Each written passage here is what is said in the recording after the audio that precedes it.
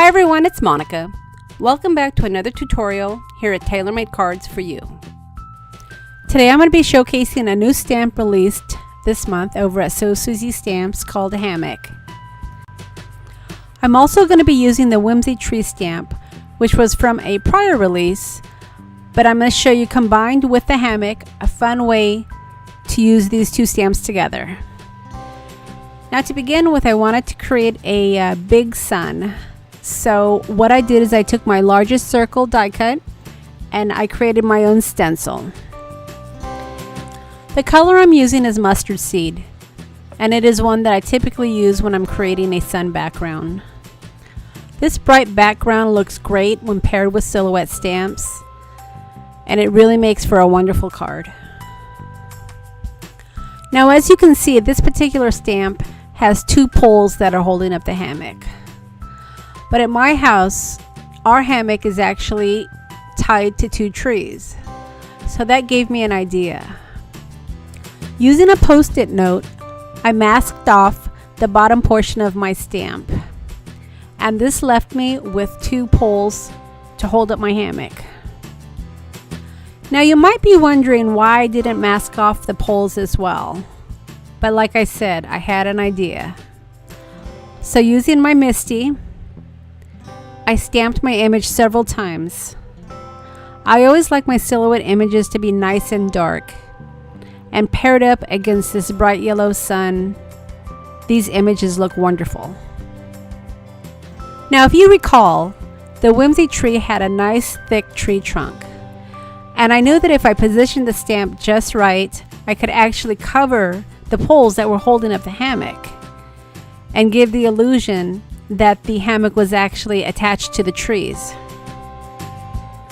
With just some simple masking, you're able to transform a stamp into a different image. It's just amazing how your creativity can just take you in so many different places. And like I said, I actually have a hammock that we have attached to a tree in our backyard. And that was my inspiration behind this card.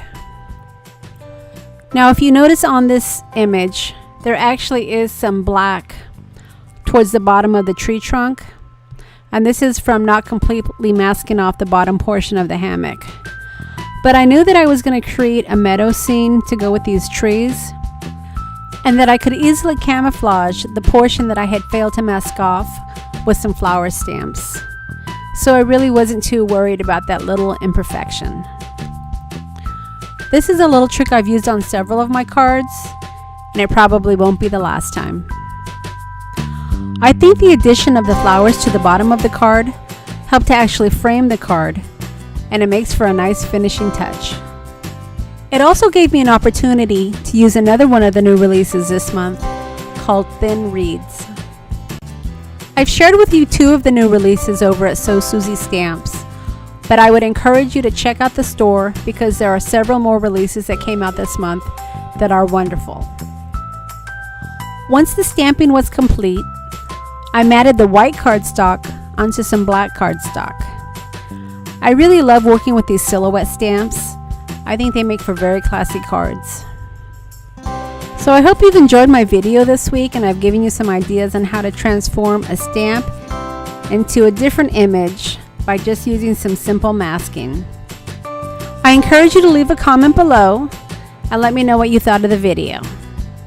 For your convenience, I've listed all of the products I've used on this card and links to the stores. If you haven't yet subscribed to my channel, I would encourage you to do so, and I appreciate you stopping by. We'll see you again next time.